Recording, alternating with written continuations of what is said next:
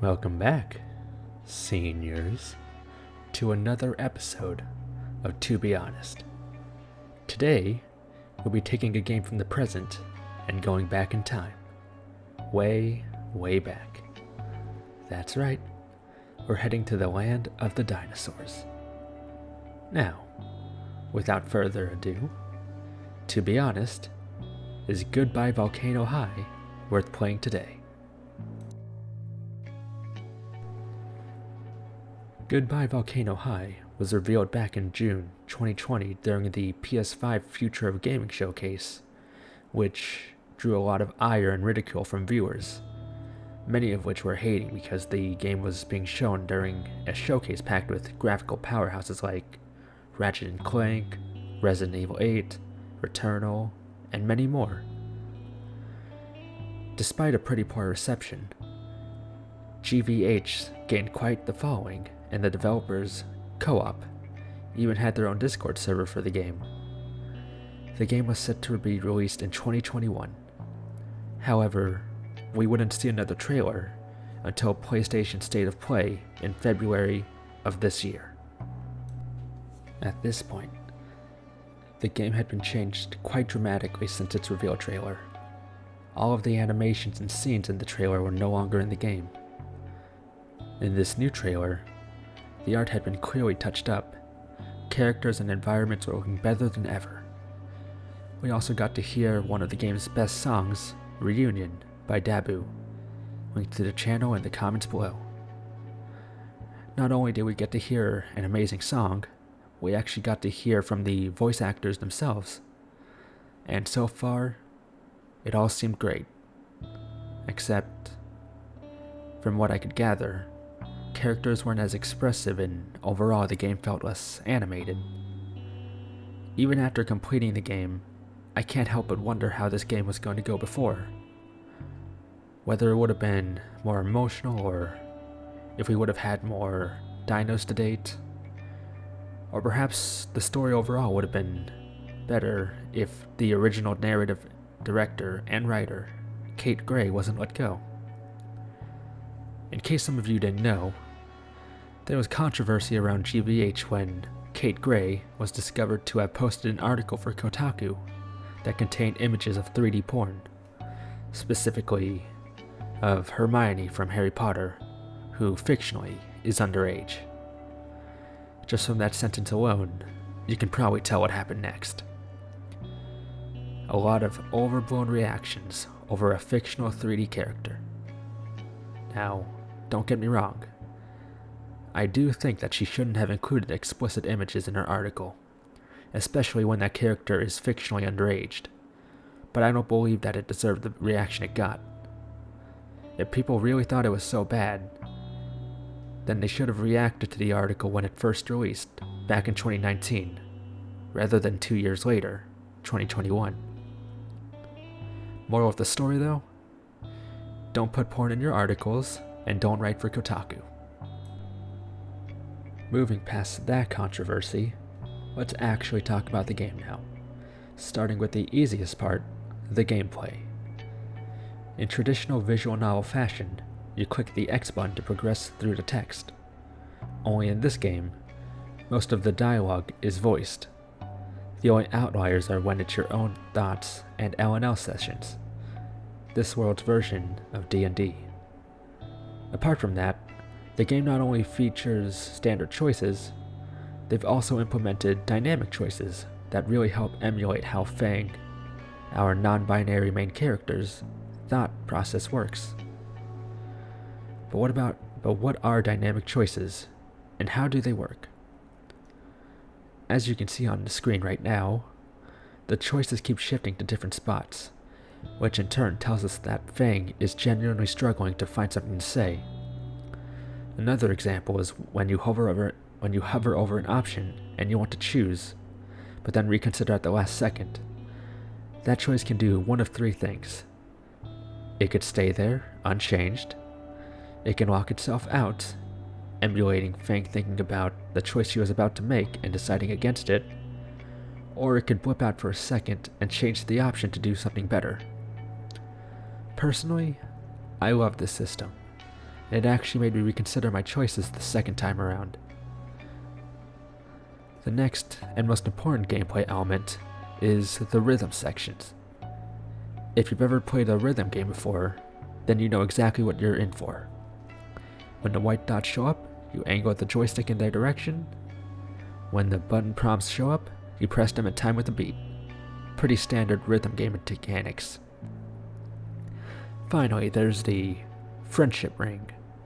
Similar to The Walking Dead's Clementine will remember that mechanic. The choice you make here will determine whether or not you unlock an extra scene with the character and the amount of photos you get from them. One last cool little feature is the little mini-stories you can unlock throughout the game that show a little something about a character in the past and help flesh them out. Nazar's scene was my favorite. Next, let's talk about the story and characters themselves. We have a total of 8 main characters: Fang, the non-binary main character; Nazar, Fang's younger brother, class president, and star pupil; Trish, the other guitarist in the band and Fang's best friend; Reed, the drummer and L&L enthusiast; Naomi, vice president and the girl with a lot of life plans; Sage, besties with Stella and lover of the culinary arts; Stella, besties with Sage and uses tarot cards to read fortunes; and Rosa, Trish's new friend and fellow bug lover. All 8 of these characters have extensive scenes throughout the game, and they all manage to nestle a place in my heart. The interactions between these characters are well written, and each scene is so natural you start to believe that these characters are real people, or dinos in this case. There's a fair amount of games that struggle to make their characters feel like they have a history together or that they're actually friends, but thankfully that's not the case here. Characters interact well with each other, and it genuinely makes me feel like they've been friends for a really long time. Characters in GVH get a 10 out of 10 in my book. As for the story, here's a synopsis. If it wasn't obvious enough already, a asteroid is hauling ass to Earth and it threatens another cataclysmic event. Right when Fang receives a glimmer of hope towards achieving her dream, playing Caldera Fest with her band, the news of the asteroid starts to affect everyone's mindset. As the news breaks out, Fang receives several messages from a random number. Anxious about the asteroid, the random number confesses to them, leaving Fang confused.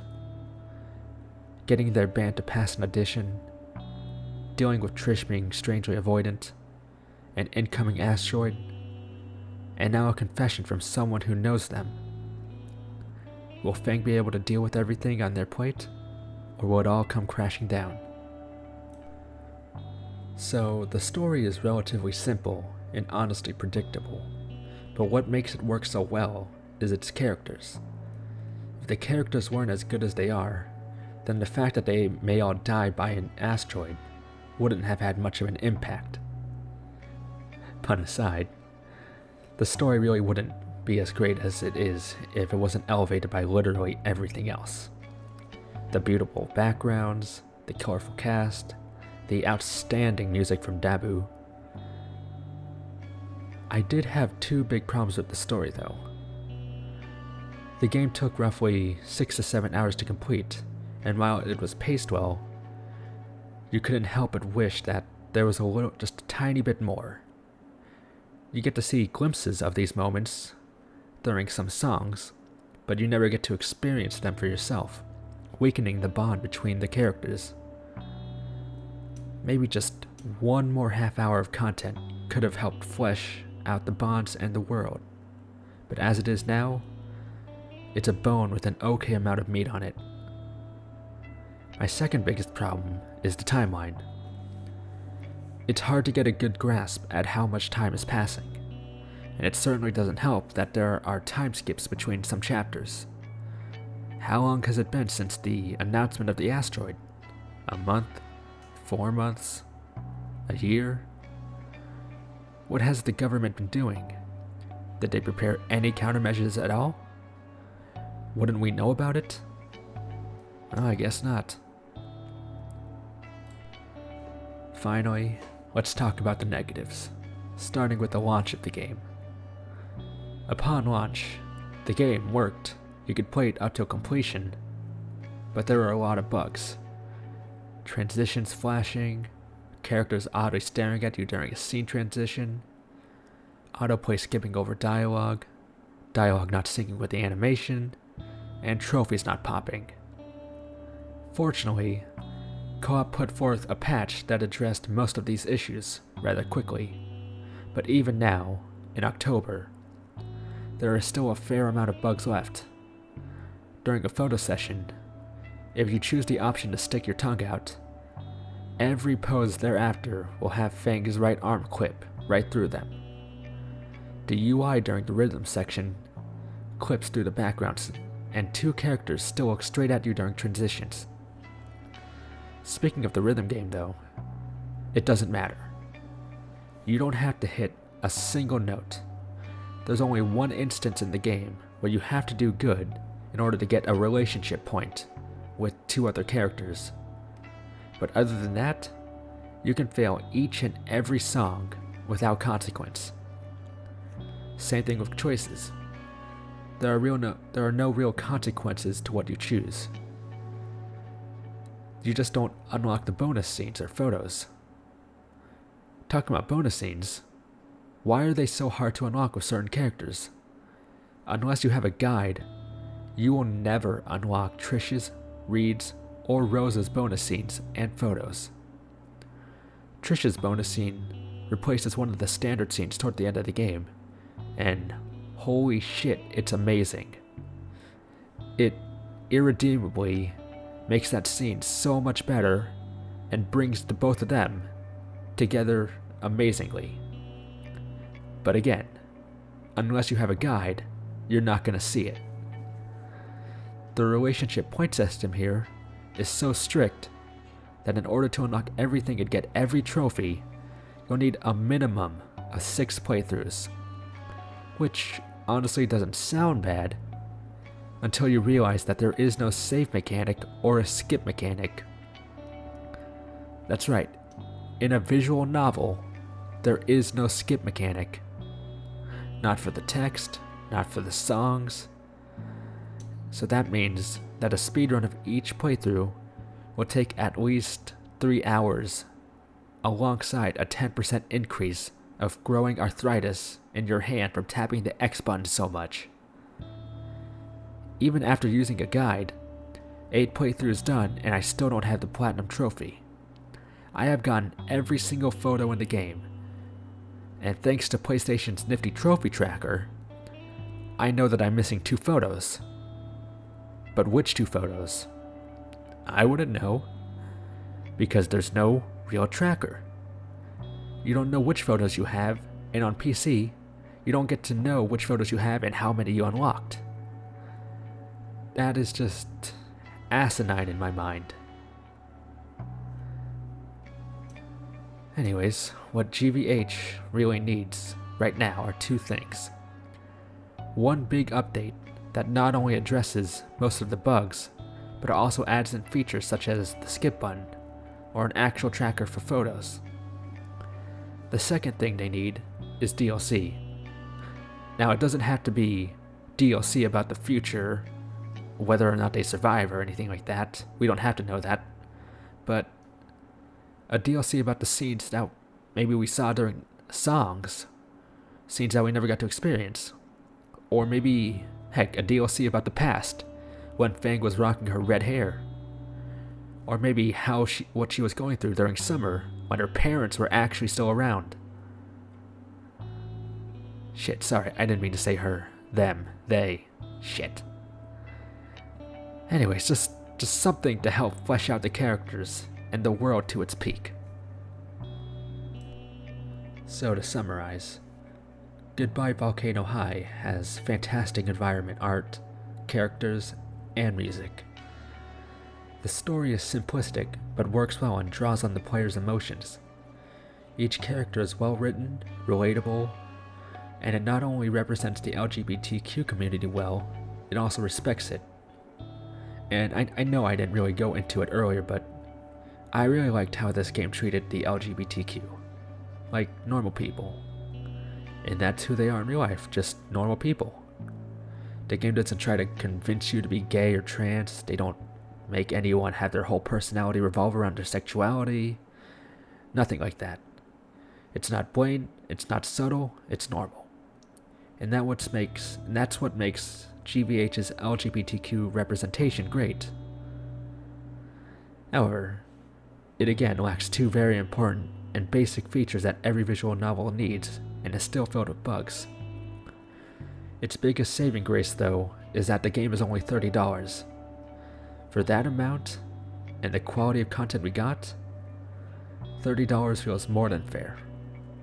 So, to be honest, is Goodbye Volcano High worth playing today? Hell yeah. Sure, it has a lot of problems, and it could use an extra story DLC, but despite it being a dirt-covered gem, it is still a gem that gleams through its cracks.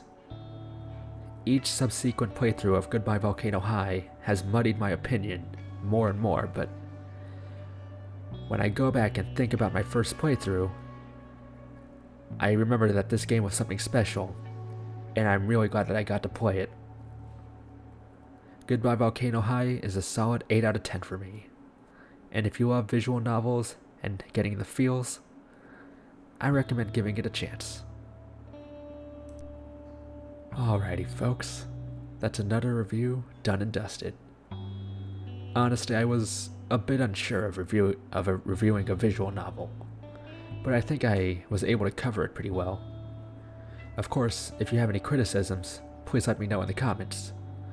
But before I sign off, I'm sure some of you are wondering, what about the Snoot game?